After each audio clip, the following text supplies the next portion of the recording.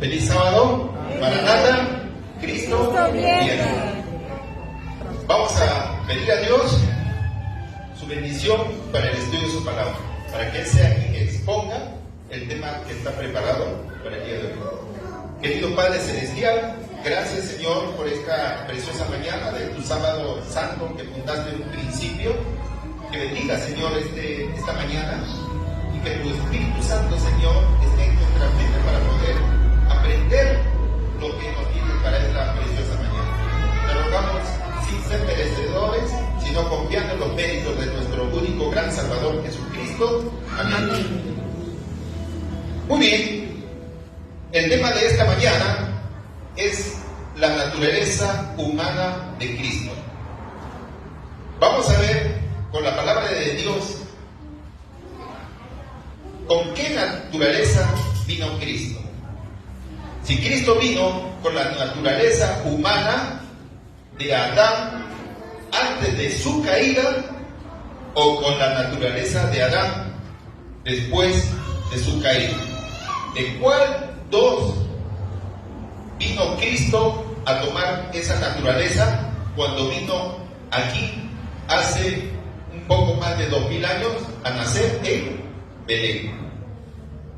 Para eso vamos a ver, mediante la palabra de Dios, que cuando Cristo vino fue 100% humano y 100% divino.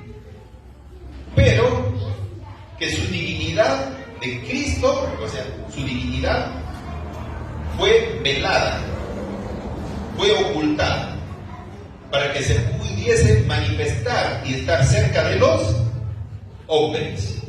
Porque si Cristo hubiese venido con la gloria que irradiaba antes que el mundo fuese, nadie hubiese podido ver cara a cara a Cristo. Entonces, pero aún con eso, con su humanidad, Cristo fue 100% humano y 100% divino. ¿Correcto? Pero acá hay la pregunta, como dije desde un principio. Cristo, al venir aquí a este mundo, tomó la naturaleza humana como Adán antes de su caída, o como Adán después de su desobediencia. Muy bien. Para eso vamos a ver que cuando Cristo vino fue 100% humano, 100% divino. Filipenses capítulo 2, versículo del 5 al 8. Con puro texto bíblico vamos a estudiar esta preciosa mañana. Dice la palabra de Dios: haya pues en vosotros este sentir que hubo también en Cristo Jesús, ese sentir en su corazón. 6. El cual siendo en forma de Dios, ahí ya vemos.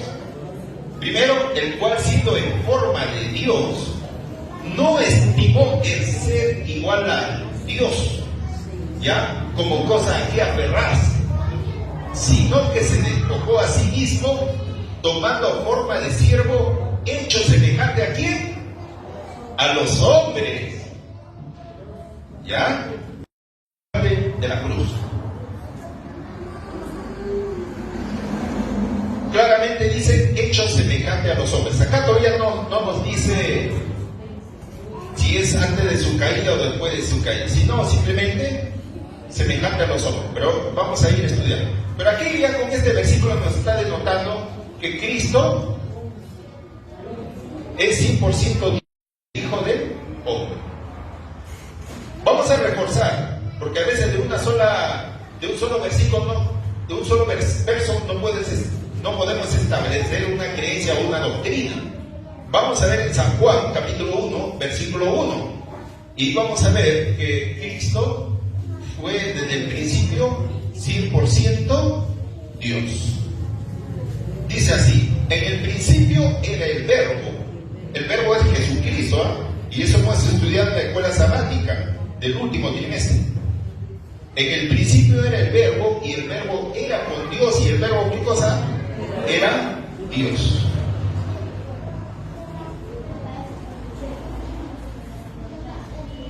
Interesante ese pasaje. ¿Ya? Entonces, desde ahí ya vemos que 100% Dios. Ahora, Vamos a ver Hebreos capítulo 2, versículo 14. Dice la palabra de Dios: así que por cuanto los hijos, o sea nosotros, participaron de carne y sangre, Él, se refiere a Jesús, también participó de lo mismo, para destruir por medio de la muerte al que tenía el imperio de la muerte, esto es al diablo. O sea, Cristo en su humanidad participó de lo mismo, lo que nosotros participamos. De carne y sangre se refiere. Vamos a ver ahorita qué significa la carne. Es importante que cuando dicen carne, en el Nuevo Testamento tiene un significado, ¿ya? En otras palabras, carne y sangre se refiere a la vida. Cuando unen ahí la carne y la sangre se refiere a la vida humana. Pero Cristo, y dice que Cristo participó de lo mismo. Entonces, bien claramente nos está diciendo que Cristo fue 100% Dios y 100% humano. Vamos a ver algo importante. Vamos a buscar en Génesis capítulo 28, versículos 12 y 13. ¿A qué representa Cristo aquí en la tierra? Génesis capítulo 28, versículos 12 y 13, dice así: del sueño de Jacob. Y soñó Jacob, ¿no? Y he aquí una escalera que estaba apoyada en la tierra, y su extremo tocaba en el cielo, y he aquí ángeles de Dios que subían y descendían por ella. Y he aquí Jehová estaba en lo alto, en el cielo, en lo alto de ella, de la escalera, el cual dijo: yo soy Jehová, el Dios de Abraham tu padre y el Dios de Isaac. La tierra en que estás acostado te la daré a ti y a tu descendencia. Ahí vemos que hay una escalera, y en lo alto está Dios, en el cielo, y abajo ¿quién estaba? Jacob, que representa a la humanidad. Pero esa escalera donde ascienden y descienden los ángeles, ese ángel o esa escalera representa a Cristo. Cristo es la conexión entre la tierra y el cielo. Por algo, primera de Timoteo 2:5 dice: porque hay un solo Dios y un solo mediador entre Dios Padre y los hombres, a Jesucristo el justo. Él es el único mediador, el único sacerdote, el único intermediario, el único intercesor entre Dios Padre y los hombres. Ahí con eso estamos viendo que Cristo es la unión de Dios Padre con sus hijos, nosotros los descarriamos. Ahora, vamos a ver qué cosa es la carne, así vamos a entender. Vamos a ver Mateo capítulo 26, versículo 41. Mateo 26, versículo 41. Dice la palabra de Dios bendita: velad y orad para que no entréis en tentación. El espíritu a la verdad está dispuesta, pero la carne, ¿qué cosa es? Débil. Ya tenemos un primer concepto de lo que define la palabra de Dios: carne. Es débil. Romanos capítulo 8, versículos del 5 al 8. Dice así la palabra de Dios: porque los que son de la carne piensan en las cosas de la carne. Ya está hablando en nuestro plano humano, en nuestra humanidad caída. Porque los que son de la carne piensan en las cosas de la carne, pero los que son del Espíritu Santo, en las cosas del Espíritu de Dios. 6. Porque el ocuparse de la carne es muerte, pero el ocuparse del Espíritu es vida y paz. Por cuanto los designios de la carne son enemistad contra Dios. Ya está diciendo ya la segunda parte.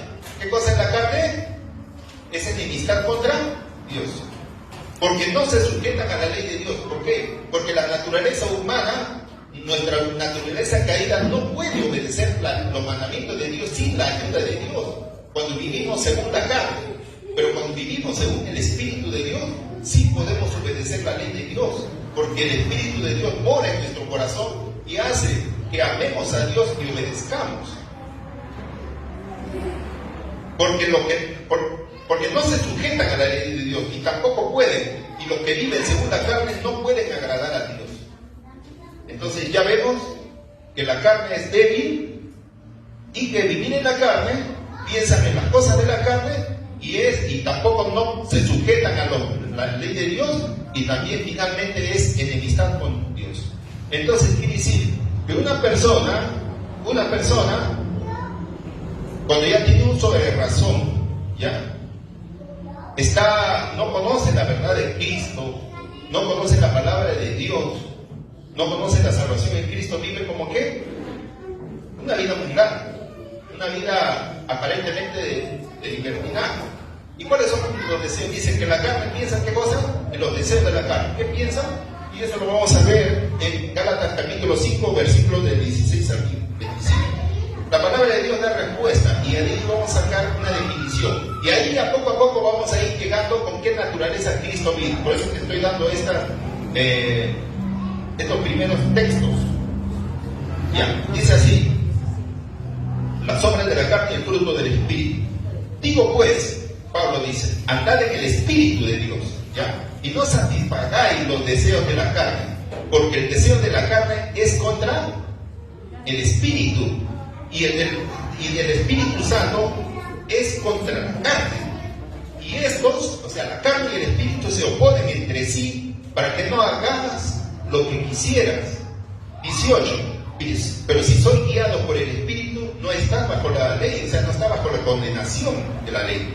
19. Y manifiestas son las obras de la carne, que son adulterio, fornicación, inmundicia, lascivia, idolatría, hechicerías, enemistades, pleitos, celos, ira, contiendas, disensiones, herejías, falsas doctrinas. Miren, importante. Envidias, homicidio, borracheras, orgías y cosas semejantes a estas, acerca de los cuales os amonesto, como ya los dije antes, que los que practican tales cosas no heredarán el reino de Dios. Aquí está lo bonito. Mas el fruto del Espíritu es amor, gozo, paz, paciencia, benignidad, bondad, fe, mansedumbre, templanza. Contra tales cosas no hay ley. La ley no te condena porque andas conforme al Espíritu de Dios. Haces la voluntad de Dios. 24. Pero los que son de Cristo han crucificado la carne con sus pasiones y deseos. Otro concepto. ¿Qué cosa es la carne? Pasiones y deseos. ¿Pero qué? Desenfrenados. 25. Pero si vivimos por el Espíritu Santo, andamos también por el Espíritu Santo. Está más clarísimo. ¿Se dan cuenta? Vivir bajo el deseo de la carne y vivir según el Espíritu de Dios, hay una diferencia. No hay un tercer camino. Hay solo dos caminos en los que nuestra mente lucha. Pero como dijo Jesús, a la verdad es que el Espíritu está dispuesto, la carne es débil. Entonces, por la debilidad de la carne, por causa de la caída de Adán, nuestra mente se debilitó. Adán era santo, pero después de la caída, después de la desobediencia, la tendencia humana ha sido propensa ¿a qué? A pecar, propensa a la desobediencia a Dios, a su ley. Entonces, vemos qué cosa es ahora la carne. Cuando la Biblia dice la carne, es la tendencia pecaminosa, es la humanidad caída, heredada de Adán y Eva. ¿Está más claro ahora? Y vivir según el Espíritu, dice, los que han crucificado a la carne mediante Cristo en la cruz, ya viven según el Espíritu de Dios. Y ese es el camino. ¿Por qué nosotros estamos aquí reunidos? Porque vivimos según el Espíritu de Dios. Porque si no viviéramos según el Espíritu de Dios, ahorita estaríamos festejando todas las festividades que ahorita están ocurriendo acá cerca donde vivimos. Con cohetes, bombardas. ¿Viviendo de qué? Viviendo de las tradiciones humanas, de las costumbres humanas. Y sabemos de que las tradiciones, la palabra de Dios no apoya para acercarnos a Dios. Entonces, eso es el deseo de la carne. Uno quiere dejar, ¿no? Alguna debilidad, pero no puede, porque la propensión de la humanidad caída es la desobediencia. Entonces, el camino para la humanidad caída es fácil. ¿Qué cosa? A ir al camino equivocado, ¿no? Entonces, ahora vamos a ver algo importante. Ya sabemos lo que es la carne. es la naturaleza de nosotros, o ni aún uno. No hay quien entienda, no hay quien busque a Dios. Todos, sin excepción, se desviaron, aún se hicieron inútiles. No hay quien haga lo bueno, no hay ni siquiera uno. ¿A eso se refiere qué? A la naturaleza humana. Nadie, no hay ni un uno. Es interesante, ¿eh? Ahora voy a decir una cosa para que no confundamos conceptos. Naturaleza pecaminosa no es pecado. Pecado es otra cosa. Naturaleza pecaminosa con la que nacemos es distinto. Nadie de nosotros o nadie en el mundo ha elegido nacer. ¿Ok? Nadie en el mundo ha elegido nacer. ¿Ya? Porque nosotros recién tenemos uso de razón después de 5 o 6 años de edad. Pero antes que nazcamos, no hemos existido antes que nazcamos para decidir, miren, ese mundo está caído, no voy a nacer. O ese mundo es perfecto, voy a nacer. No, porque en nuestra vida nosotros no decidimos nacer. ¿Y qué pasa cuando nacemos? Nacemos con esa naturaleza caída. Entonces, somos inocentes. No tenemos culpabilidad de nacer con una naturaleza pecaminosa, con la naturaleza caída de Adán.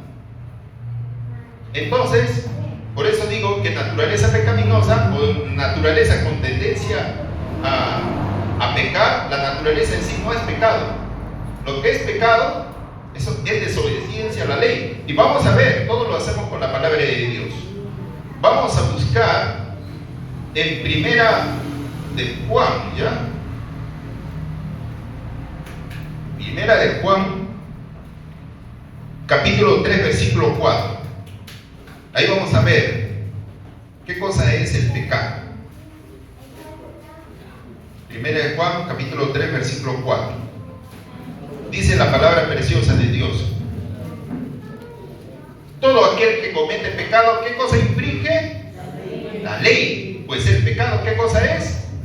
Infracción de la ley. Dime, un bebé de 3 meses, 4 meses, ¿tiene uso de razón para decidir pecar contra la ley de Dios? No. ¿Ya? Y eso que la naturaleza humana de chiquito a veces tiene rabietas, todo eso, pues eso es pecado. No, es la naturaleza humana que hemos heredado de Adán y Eva. Entonces, cuando uno ya tiene uso de razón, ya decide.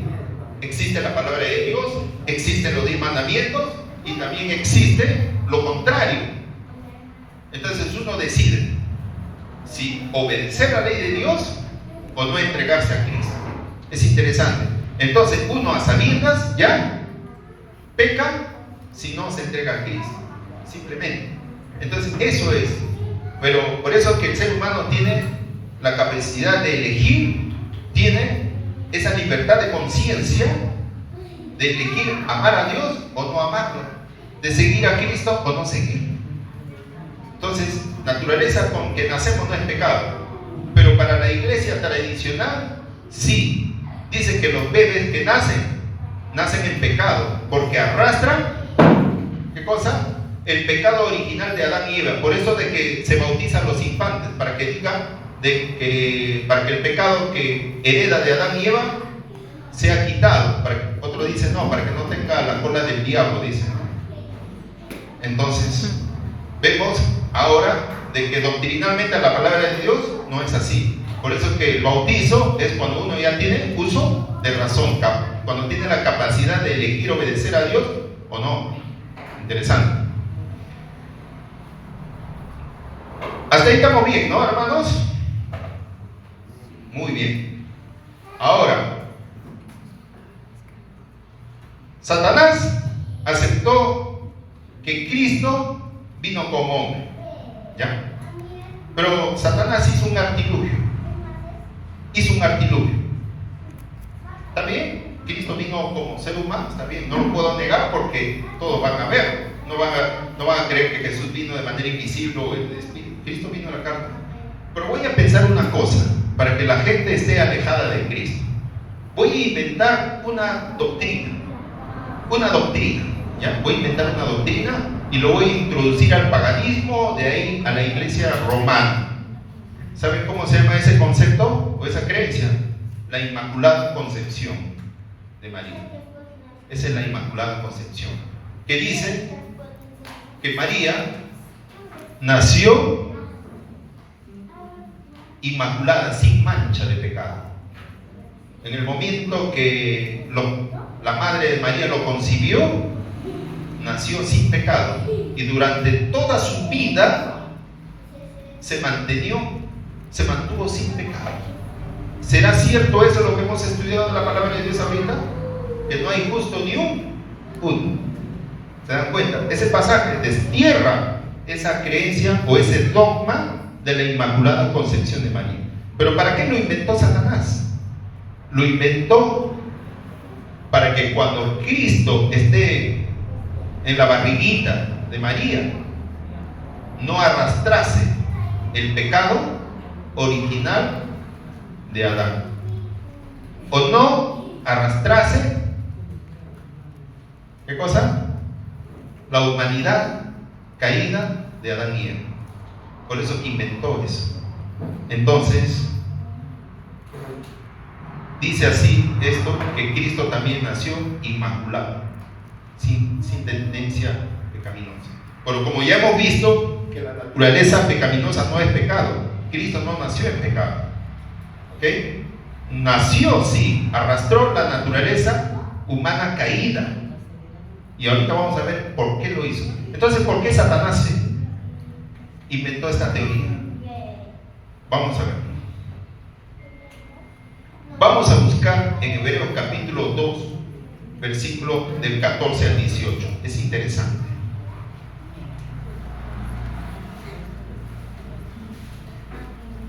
Dice así la palabra preciosa de Dios. Así que, por cuanto los hijos participaron de carne y sangre, Jesús también participó de lo mismo para destruir por medio de la muerte al que tenía el imperio de la muerte, esto es al diablo, y librar a todos los que por el temor de la muerte estaban durante toda la vida sujetos ¿a qué? A servidumbre. Porque ciertamente no socorrió a los ángeles, sino que socorrió a la descendencia de Abraham, o sea, a nosotros. Por lo cual debía ser semejante en todo a sus hermanos. Cristo tenía que ser semejante para venir a ser misericordioso y fiel sumo sacerdote en lo que a Dios se refiere, para expiar los pecados del pueblo. 18. Pues en cuanto Jesús mismo padeció siendo tentado, es poderoso para socorrer a los que son tentados. Qué preciosa la palabra de Dios. Cristo tuvo que experimentar lo que nosotros experimentamos en nuestra vida. Ahí dice que fue tentado en todo lo que nosotros somos tentados, Cristo lo padeció. ¿Y por qué dice? Para saber cómo socorrernos, para que cuando nosotros le pedimos a Dios, le decimos a nuestro Dios en oración, a nuestro Dios Padre, le decimos: tengo esto, tengo esta debilidad, soy borracho, soy fumo, soy adúltero, soy fornicario, violo tu sábado, etcétera, no te desobedezco. Dios nos va a comprender. Cristo también nos va a comprender, porque Cristo pasó por lo mismo. Por ahí hay un detalle, que Cristo venció. Cristo nunca pecó, pero es rápido Cristo para poder socorrernos, comprendernos, consolarnos. Y es así, comprendiendo la naturaleza de Cristo, es que podemos confiarle a Él nuestras penas, nuestras necesidades. Lo podemos confiar porque Cristo experimentó, Cristo tuvo sed, Cristo se cansaba, todo. Cristo tenía hambre. Si alguien le pegaba, le afectaba en su dolor. Hebreos 4:15. Vamos a ver. Ahí nomás dice, del versículo del 14, ahí dice: por tanto, teniendo un gran sumo sacerdote que traspasó los cielos, Jesús, el Hijo de Dios, retengamos nuestra profesión, porque no tenemos un sumo sacerdote que no pueda compadecerse de nuestras debilidades, sino uno que fue tentado en todo, dice, en todo fue tentado, aún con nuestra naturaleza caída que Cristo adoptó.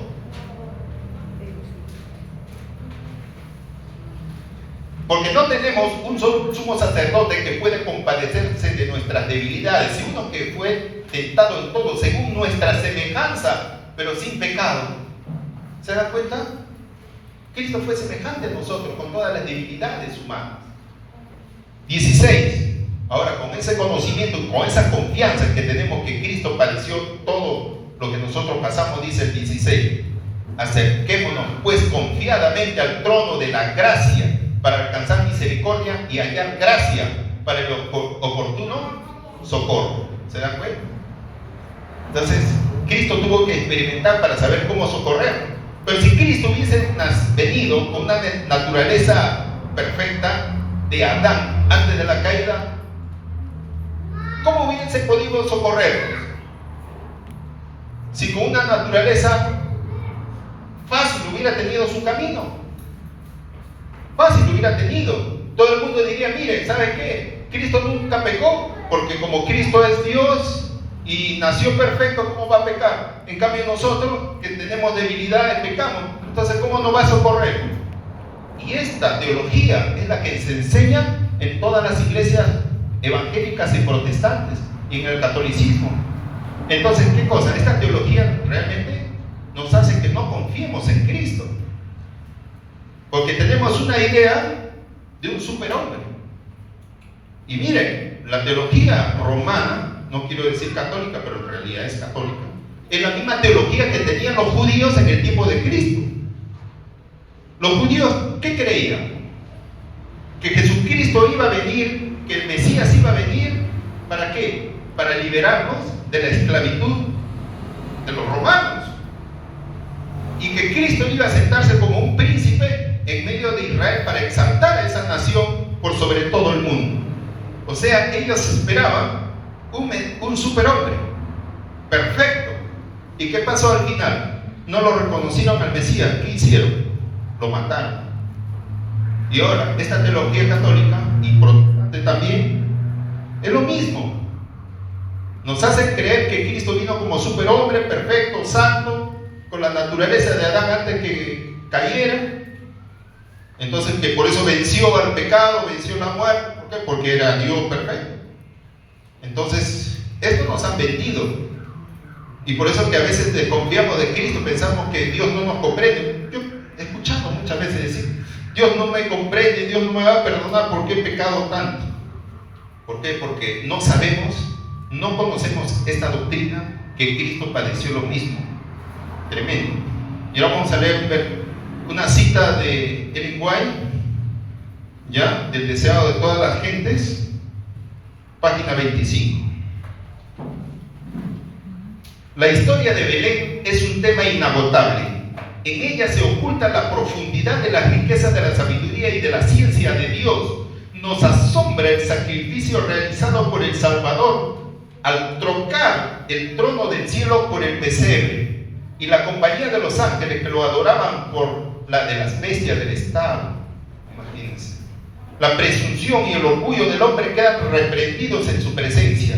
Sin embargo, aquello no fue sino el comienzo de su maravillosa condescendencia de Cristo al nacer en Belén. Dejar el trono de Dios para venir ¿a qué?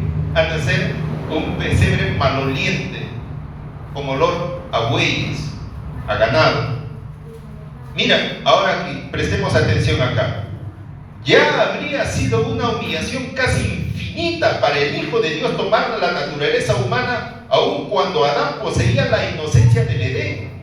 O sea, ya era una humillación, dice, para Cristo, para el Hijo eterno de Dios, nacer con la naturaleza perfecta de Adán. ¿Cuánto medía Adán? Más de 4 metros de altura. Fuerte, santo. O sea, aún venir con esa naturaleza perfecta que Adán fue creado, ya era una humillación. Pero dice acá, pero Jesús, aceptó la humanidad cuando la raza estaba debilitada por 4000 años de pecado. Como cualquier hijo de Adán, aceptó los efectos prácticos de la gran ley de la herencia, y la historia de sus antepasados terrenales demuestra cuáles eran esos efectos.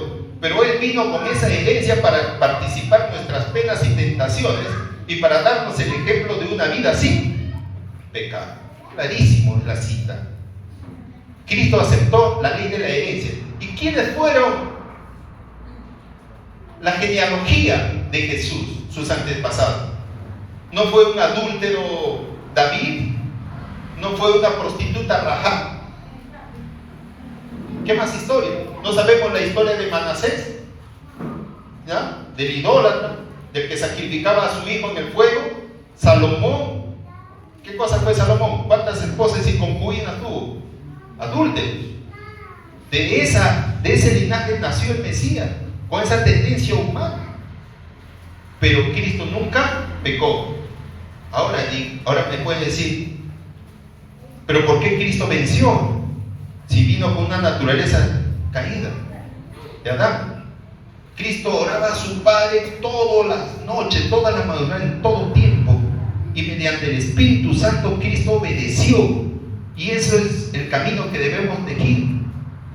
Cristo, ¿qué nos dijo? Porque ejemplo os he dado, para que como yo hice, ustedes también hagan. El siervo no es mayor que su Señor.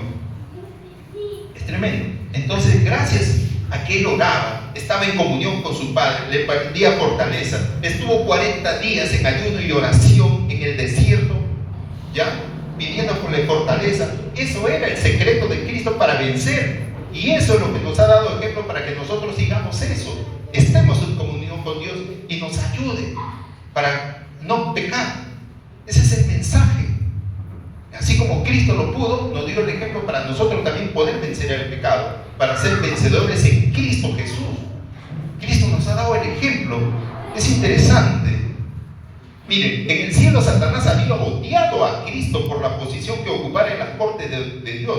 Satanás lo odió aún más cuando se vio destronado. Lo odió por haberse comprometido a redimir a una raza de pecadores.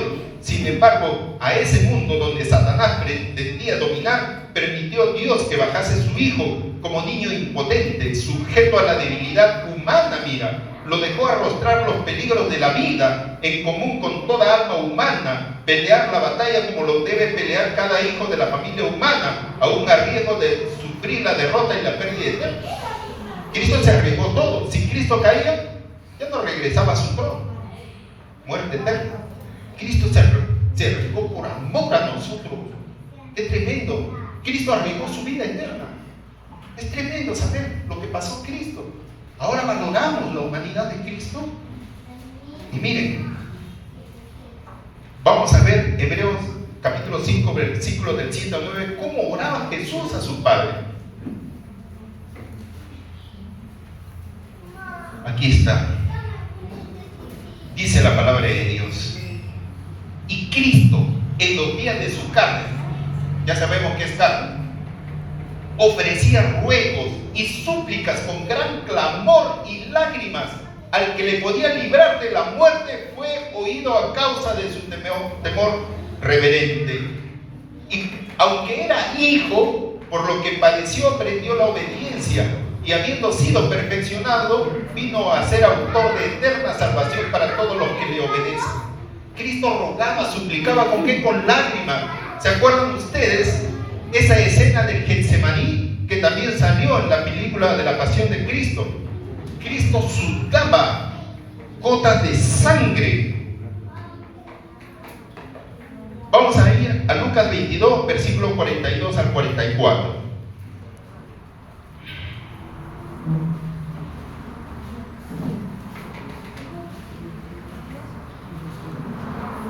Dice así la palabra de Dios. Mira cómo oraba Jesús en el Getsemaní. Padre, si quieres pasa de mí esta copa. Si quieres pasa de mí esta copa. ¿Ya?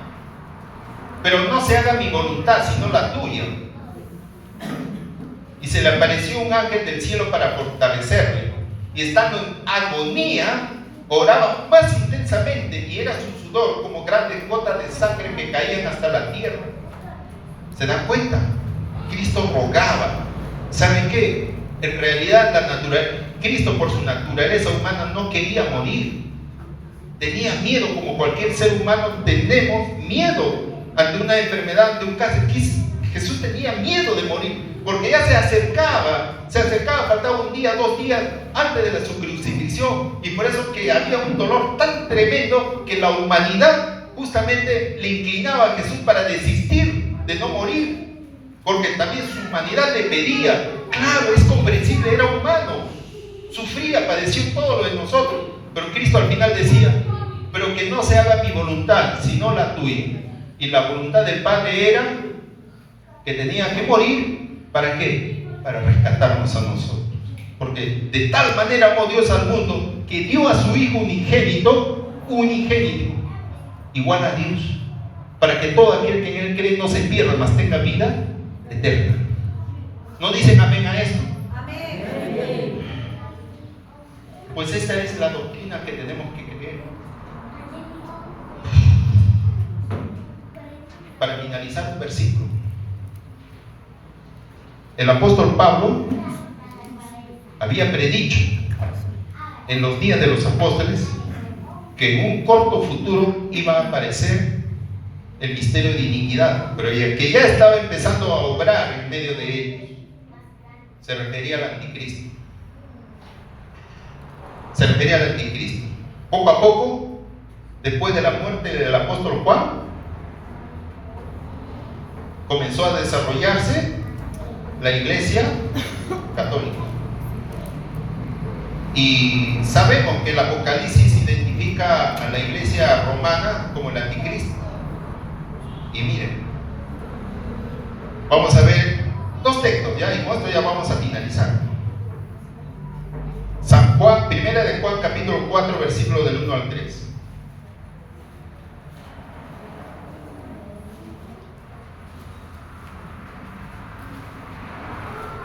Dice así, pensemos en eso, en esa teología que nos han vendido.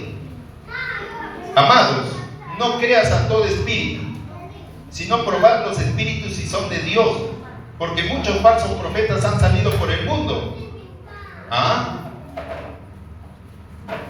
En esto conoced al Espíritu de Dios. Todo espíritu, o sea, toda persona o toda religión, ¿no?, que confiesa que Cristo ha venido en carne es de Dios. ¿Se dan cuenta? El verdadero mensaje, ¿qué cosa es? Si existe una iglesia con la creencia de que Jesús vino en la carne, es de Dios. O sea, que Cristo vino con la naturaleza de Adán después de su caída. Ya sabemos, hemos estudiado qué cosa es la carne. Ese es de Dios. Me estoy refiriendo a la teología, no me estoy refiriendo a los seres humanos, ¿ya? Hay que entender eso, porque no somos quien para juzgar. Versículo 3. Y todo espíritu que no confiesa que Jesucristo ha venido en carne no es de Dios. Y este es el espíritu del anticristo, el cual ustedes habéis oído que viene. Pablo ya lo había dicho. Y que ahora ya está en el mundo. ¿Se dan cuenta? Estaba refiriéndose ¿a qué? A la iglesia romana, católica, que iba a introducir la Inmaculada Concepción. Ahí está. Eso es la Inmaculada Concepción, es el espíritu del anticristo. Ahora, el último versículo para terminar, 2 de Juan, capítulo 1, versículo 7. Porque muchos engañadores han salido por el mundo que no confiesan que Jesucristo ha venido en carne. Quien esto hace es el engañador y el anticristo. Mentira satánica, ¿no? ¿Se dan cuenta? Toda creencia, toda religión que practica o cree, tiene en su dogma la Inmaculada Concepción, es el espíritu del anticristo. Y ya sabemos, ya ahora hemos aprendido en esta mañana por qué tenemos que creer de que Cristo ha venido con la naturaleza después de la caída de Adán. ¿Para qué? Para comprendernos, para entendernos, para socorrernos, para auxiliarnos y ayudarnos. ¿Se dan cuenta? Ahí está la clave, esa es la respuesta. Y la palabra de Dios misma se ha explicado a sí misma. ¿Les gustó el tema? ¿Está claro? ¿Alguna duda? Muy bien. Que Dios bendiga su palabra. Vamos a ponernos de pie para orar. y agradecer a Dios por esta bendita doctrina.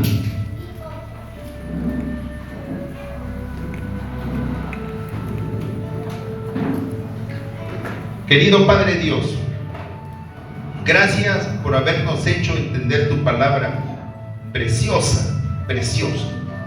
Gracias por haber enviado a tu Hijo unigénito acá a la tierra para darnos un modelo de cómo debemos vivir y cómo debemos obedecer. Gracias, bendito Padre Dios, por haber enviado a tu Hijo. Y este es el espíritu que debemos tener, Señor, en nuestra vida, el espíritu de Cristo en nuestros corazones. Ayúdanos a vivir según el ejemplo que nos has dado a través de Jesús. Pero, Señor, hay una cosa que por nosotros mismos no podemos. Si tu Espíritu, Señor divino, no mora en nuestro corazón. Te rogamos que tu Santo Espíritu mora en nuestro corazón para vivir según el Espíritu y no según los deseos de la carne. Ayúdanos, Señor. Somos débiles, somos pecadores. Te rogamos que nos perdones nuestros pecados y nos ayudes a vivir una vida de plena comunión contigo, Señor, para poder vivir en obediencia a tu ley. Eso es lo que tanto queremos. Tu Santo Espíritu de Dios tenemos. Y danos un espíritu de comunión contigo, de doblar nuestras rodillas a solas contigo y contarte todas nuestras cosas, todas nuestras necesidades, todas nuestras experiencias para que nos puedas socorrer y ayudarnos una vida contigo. Todos estos favores, Señor, te los pedimos porque no somos merecedores.